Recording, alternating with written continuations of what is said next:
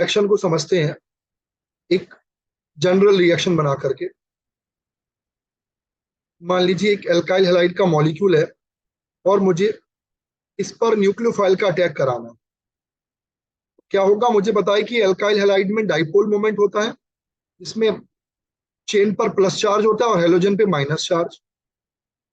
क्या होगा, nucleophile halogen को रिप्लेस कर देगा, यानी आरएक्स बॉन्ड जितना वीकर होगा उतना इजियर सब्स्टिट्यूशन होगा।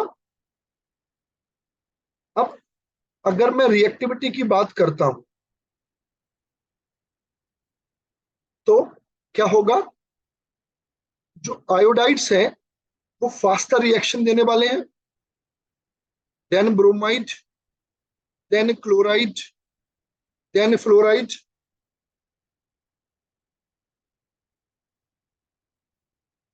बॉन्ड जितना वीक होगा इजिली ब्रेक होगा, रेट ऑफ सब्स्टिट्यूशन फास्टर हो जाए।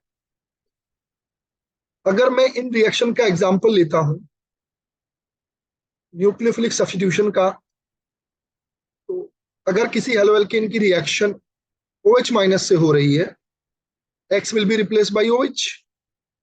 क्या मिलेगा हमें, अल्कोहल। अगर RX की रिएक्शन CN माइनस से हो रही है तो हमें क्या मिलेगा, RCN। कॉमन नेम क्या होता है इसका, साइनाइड। और आयुपैक नेम क्या होता है, एल्काइल नाइट्राइल। CN माइनस एक एम्बिडेंटेड न्यूक्लियोफाइल है, यानी इस पर डोनर कार्बन भी है और नाइट्रोजन भी है। अगर डोनेशन नाइट्रोजन के एंड से हुआ तो ये हमें क्या दे सकता है, आइसोसाइनाइड। अब नाइट्रोजन के एंड से डोनेशन कब होगा, जब कार्बन का बॉन्ड आयनिक ना होकर के कोवलेंट होगा। ठीक, मैं क्या कहना चाहता हूं उसको समझते हैं। अगर मैं KCN लेता हूं, KCN, तो पोटेशियम चूंकि मेटल है पॉजिटिव चार्ज होगा, कार्बन पर नेगेटिव आ जाएगा, तो मुझे साइनाइड ही मिलने वाला है। लेकिन अगर मैं AgCN लूंगा तो सिल्वर और कार्बन के बीच का बॉन्ड आयनिक नहीं होता। सिल्वर बहुत रिएक्टिव मेटल नहीं है, ये बॉन्ड के अंदर कोवलेंट कैरेक्टर ज्यादा होता है। तो कहां से अटैक होता है, नाइट्रोजन से। तो हमें क्या मिलेगा, RNC। तो एग्जाम में अगर मुझसे पूछता है कि what happens when ethyl chloride react with silver cyanide, तो मैं क्या कहूंगा, सर आइसोसाइनाइड बनेगा। तो हम क्या बोलते हैं, आइसोसाइनाइड, एल्काइल आइसोसाइनाइड। ये आपका कॉमन नेम है, एल्काइल साइनाइड। ठीक है, इसका यस आईयूपैक सर। नेम लिखेंगे हम, तो हम क्या लिखते हैं उसमें, एल्केन नाइट्राइल। एन रह गया वहां पे, एल्केन नाइट्राइल। इसका आईयूपैक नेम लिखेंगे तो कैसे लिखेंगे, एल्केन आइसोनाइट्राइल। अब इसके अंदर दो कार्बन है तो आप इसे क्या बोलेंगे, ethyl, sorry ethane iso nitrile.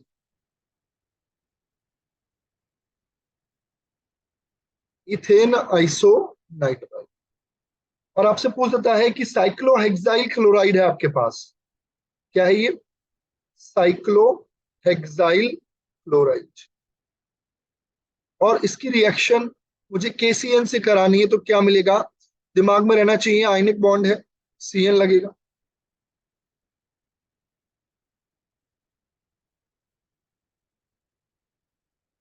आगे बढ़ते हैं,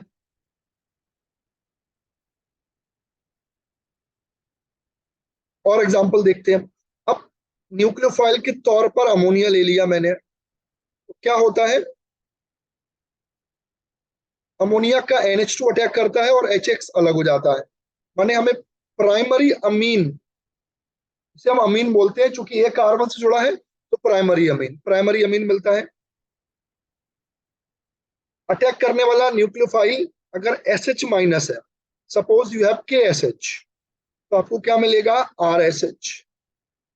इसे थायोल बोलते हैं, एल्कोहल का भाई बंधु है ये, थायोल। अगर अटैक करने वाला KNO2 है, NO2 is also ambidentate ligand, इसके पास भी दो डोनर एटम होते हैं, डोनर ऑक्सीजन भी हो सकता है, डोनर नाइट्रोजन भी हो सकता है। अब यहाँ KNO2 है, चूंकि हमें पता है कि पोटेशियम जो है वो आयनिक है, आयनिक बॉन्ड बनाएगा, तो पोटेशियम किस पे होगा? ऑक्सीजन पे। जब बॉन्ड बनेगा तो वो किससे बनेगा? ऑक्सीजन पे। उसे हम बोलेंगे ओ नाइट्रो, ओ नाइट्रो। और अगर यही कंपाउंड AgNO2 होता है, सिल्वर नाइट्राइट अगर होता है, तो हमें क्या मिलेगा? RnO2। अटैक किससे होगा? N से, N नाइट्रो। ध्यान रखने वाले केसेस हैं। इसके साथ साथ अगर मैं बात कर रहा हूं और न्यूक्लियोफिलिक सब्स्टिट्यूशन रिएक्शन करानी है और मैं अटैक कराने के लिए कार्बोक्सिलिक एसिड का negative part, sodium salt of carboxylic acid, sodium salt of carboxylic acid अगर मैं यूज कर रहा हूं, तो क्या होगा? वो निगेटिव अटैक करेगा RX पे। यहाँ पे R डैश लेते ताकि आप डिस्टिंग्विश कर पाओ। क्या बन जाएगा? एस्टर।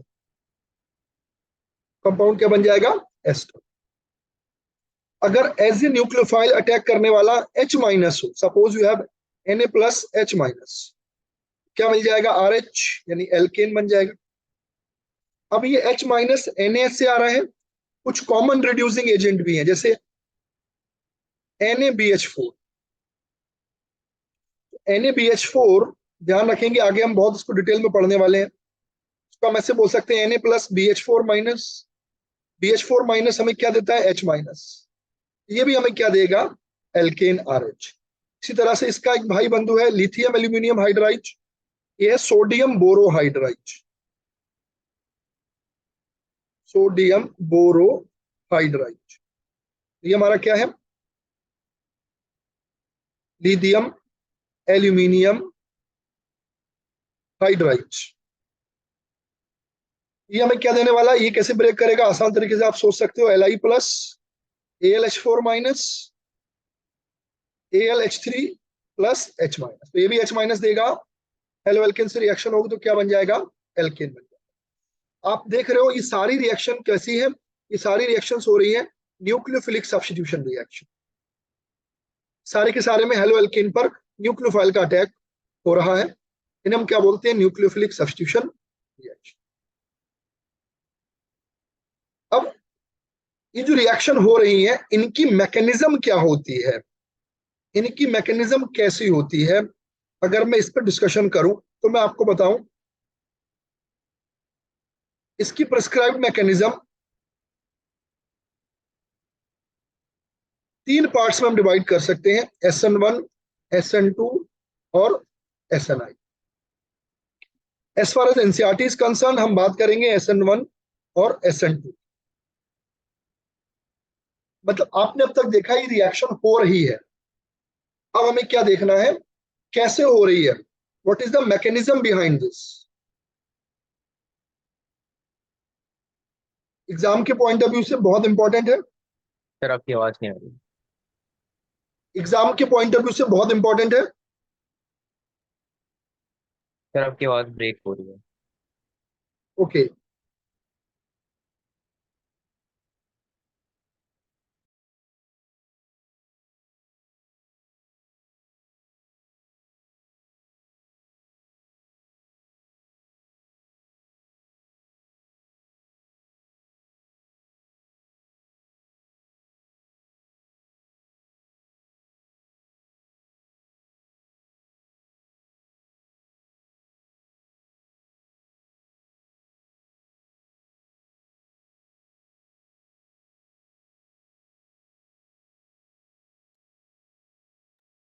सर आपका माइक नहीं।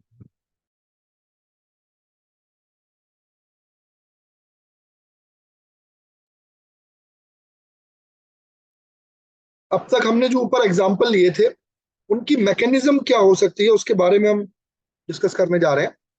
हम बात कर रहे हैं SN1 mechanism.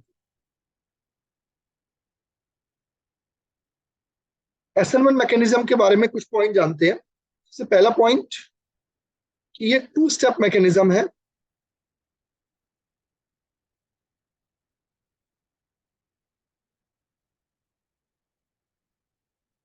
Proceed in the presence of polar protic solvent. माने हमें पोलर प्रोटिक सॉल्वेंट चाहिए, वाटर है, कार्बोक्सिलिक एसिड है। पोलर मतलब जिसके अंदर डाइपोल मोमेंट हो, डाइपोल मोमेंट जीरो ना हो। प्रोटिक मतलब जो H+ रखता हो। ऐसे सॉल्वेंट की हमें जरूरत है, तो वहां पर SN1 मैकेनिज्म हो सकती है।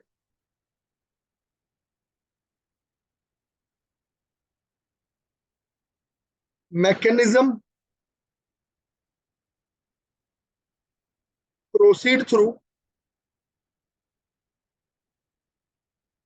Formation of stable carbocation.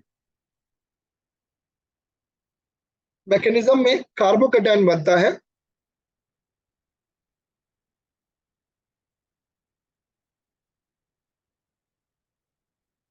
समझने की कोशिश करते हैं। ये दो बातें लिखी, उनका क्या मतलब है। RX एल्केन ले लिया मैंने कोई भी।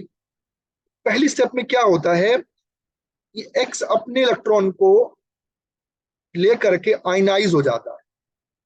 मीडियम क्या होना चाहिए, वाटर। यानी वाटर कैसा होना चाहिए, एक्सिस। क्या बनेगा, R+X-। अभी कार्बोकेटाइन क्यों बना, सपने आ रहे थे कार्बोकेटाइन बनाने के? नहीं, जो वाटर मॉलिक्यूल है ये इसको सपोर्ट करता है। कहता है कि तू कार्बोकेटाइन बना, मैं तेरे को स्टेबलाइज करूंगा।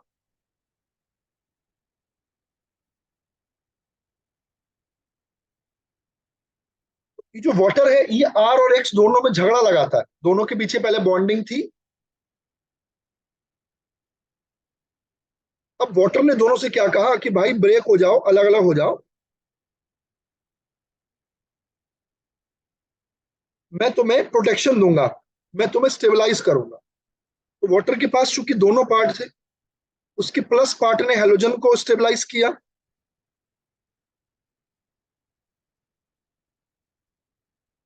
और माइनस पार्ट यानी ऑक्सीजन ने कार्बोकेटाइन को स्टेबलाइज।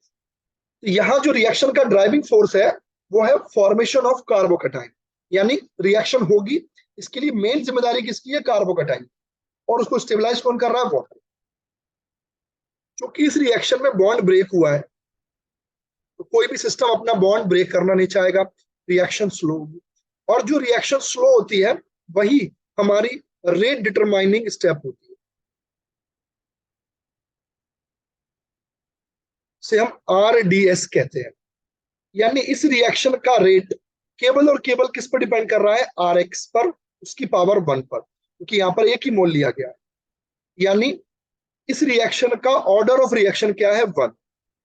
ऑर्डर ऑफ रिएक्शन क्या होता है कि रेट ऑफ रिएक्शन कितने फैक्टर पर डिपेंड कर रहा है, कितने रिएक्टेंट मॉलिक्यूल्स पर डिपेंड कर रहा है। तो एक ही पर डिपेंड कर रहा है, इसलिए इसका ऑर्डर ऑफ रिएक्शन 1। तो SN1 में N मतलब है न्यूक्लियोफिलिक, S मतलब है सब्स्टिट्यूशन, और 1 हो रहा है इसका ऑर्डर। तो पहली स्टेप में क्या बन गया, कार्बोकेटाइन। अब स्टेप 2, अब चूंकि बॉटर ने घर में दरार डाली दी है, बॉन्ड ब्रेक हो चुका है, क्या होगा, न्यूक्लियोफाइल इसका फायदा उठाएगा और बॉन्ड बना लेगा। ये रिएक्शन कैसी होगी, ये रिएक्शन होगी फास्ट। अगर मैं ग्राफिकली इस रिएक्शन को दिखाना चाहूं, वाई एक्सिस पे एनर्जी लूं और एक्स एक्सिस पर रिएक्शन पाथ ले लूं, ग्राफ कुछ ऐसा बनता है। अभी मैं बनाता हूं।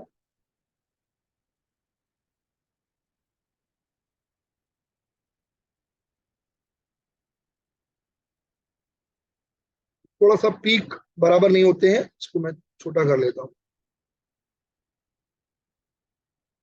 इस तरह का ग्राफ बनता है। यहाँ पे क्या था, RX, यहाँ क्या बन गया, R+, और यहाँ क्या बन गया, RNU। अब आप देखो पहली स्टेप में एक्टिवेशन एनर्जी कितनी ज्यादा है।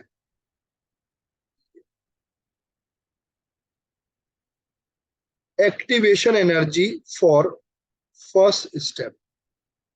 इस रिएक्शन को कराने के लिए जो एक्स्ट्रा एनर्जी हमें बाहर से देनी पड़ती है उसे हम बोलते हैं एक्टिवेशन एनर्जी।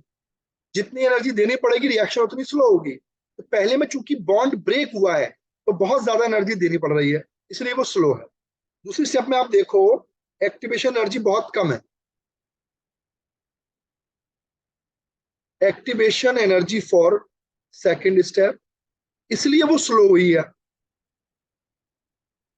सॉरी इसलिए वो फास्ट हुई है क्योंकि एक्टिवेशन एनर्जी क्या है, कम, बहुत कम है। पहली वाली में ज्यादा है तो स्लो हुई है। ये इस रिएक्शन का ग्राफ हो गया। तो मोटी मोटी बात है कि वाटर की प्रेजेंस में SN1 होगी, स्टेबल कार्बोकेटाइन होगा तो SN1 होगी।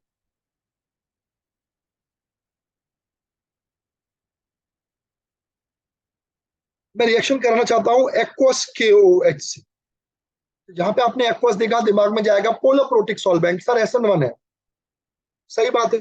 कार्बोकेटाइन भी आप देखो, अगर मैं Cl को रिमूव करता हूं तो यहां बनने वाला कार्बोकेटाइन 3 डिग्री होगा जो कि बहुत स्टेबल है। तो आप तुरंत दिमाग लगाओगे सर ये SN1 मैकेनिज्म हो गई।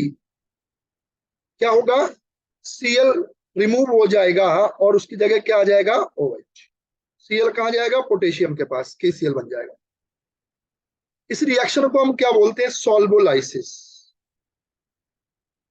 सॉल्वोलाइसिस, सॉल्व मतलब जब सॉल्वेंट पिक्चर में आता है, जब रिएक्शन सॉल्वेंट की दम पर होती है उसे हम बोलते हैं सॉल्वोलाइसिस। ये रिएक्शन अगर सिर्फ वाटर से करा था तो भी मुझे ये प्रोडक्ट मिल जाता, लेकिन जो रिएक्शन की स्पीड होती है कंपेरेटिवली स्लो होती, कि वाटर का आयनाइजेशन बहुत कम होता है। माने वाटर अपने आप से OH आयन नहीं प्रोड्यूस कर पाएगा या बहुत कम नंबर में कर पाएगा, इसलिए ज्यादा OH आयन प्रोड्यूस करने के लिए हमें बेसिक मीडियम चाहिए। इसे हम बोलते हैं सॉल्वोलाइसिस। तो अगर आपसे कभी कहे ये है बेंजाइल क्लोराइड, आपसे कहे सॉल्वोलाइसिस करवानी है तो आप समझ जाओगे वाटर से रिएक्शन कह रहा है, बेसिक मीडियम।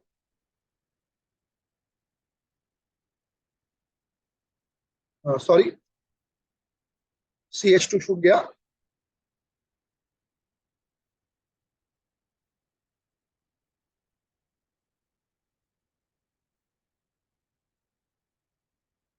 ठीक है, this is called SN1 reaction. इस रिएक्शन की स्टीरियो केमिस्ट्री देखें।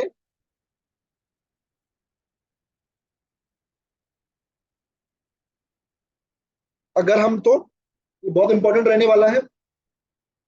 इस रिएक्शन में क्या बना, कार्बोकेटाइन। अब न्यूक्लियोफाइल का अटैक होना है। कार्बोकेटाइन होता है sp2। sp2 माने प्लेनर, सभी एटम एक ही प्लेन में रहेंगे। तो न्यूक्लियोफाइल फ्रंट साइड से भी अटैक कर सकता है और न्यूक्लियोफाइल बैक साइड से भी अटैक कर सकता है। अब ऐसे समझ में नहीं आ रहा होगा तो मैं इस तरह समझाता हूं आपको। ये हमारा कार्बोकेटाइन, ये हमारा एक प्लेन के अंदर है। अब न्यूक्लियोफाइल को अटैक करना है तो वो अटैक इस साइड से भी कर सकता है, फ्रंट साइड, और इस साइड से भी कर सकता है, प्लेन के बैक साइड, पीछे से अटैक, क्योंकि वो प्लेनर है इसीलिए। तो हमारा जो बनने वाला प्रोडक्ट है क्या होगा, उसमें न्यूक्लियोफाइल अबव द प्लेन भी रह सकता है, न्यूक्लियोफाइल बिलो द प्लेन भी रह सकता है। ये दोनों आपस में इनएंशियोमर्स होंगे, मिरर इमेजेस होंगे। और जब इनएंशियोमर 1:1 मिक्सचर में बनते हैं तो उस मिक्सचर को हम कहते हैं रेसिमिक। क्या बोलते हैं, रेसिमिक मिक्सचर। यानी SN1 reaction leads to racemisation. और अगर डिटेल में जाऊं तो मैं आपको समझाता हूं एग्जांपल लेकर के। ये हमारा RS नोमेनक्लेचर काम आने वाला है। मुझे इसकी रिएक्शन करानी है OH माइनस। क्या होगा देखिए, आयोडीन की पहली प्रायोरिटी, पीएच की दूसरी, इसकी तीसरी, चौथी। Fourth priority group vertical line पर है, 1 से 2 से 3 जाने पे एंटी क्लॉकवाइज जा रहे हैं, तो ये एस होगा। अब दो पॉसिबिलिटी क्या है, जहां से आयोडीन निकला वहीं पर ओएच ने अटैक कर दिया। दूसरी पॉसिबिलिटी क्या है, जहां से आयोडीन निकला उसके अपोजिट डायरेक्शन से ओएच ने अटैक किया, CH3 की पोजीशन भी अल्टर हो गई। अब आप अगर इसका कंफिग्रेशन निकालेंगे तो ये तो एस रहेगा और ये तो आर। ये एक दूसरे के मिरर इमेज भी दिख रहे हैं आपको।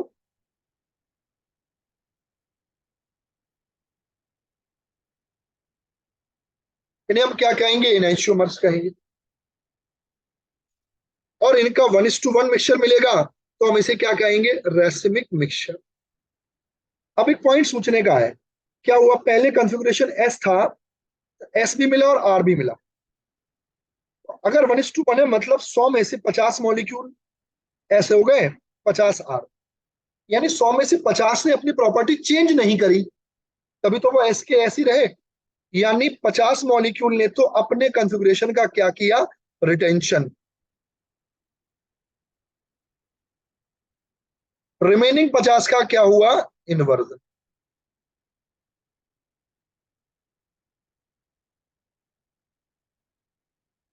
ठीक, यानी कि SN1 में रिटेंशन भी होता है और हमारा इन्वर्जन भी होता है।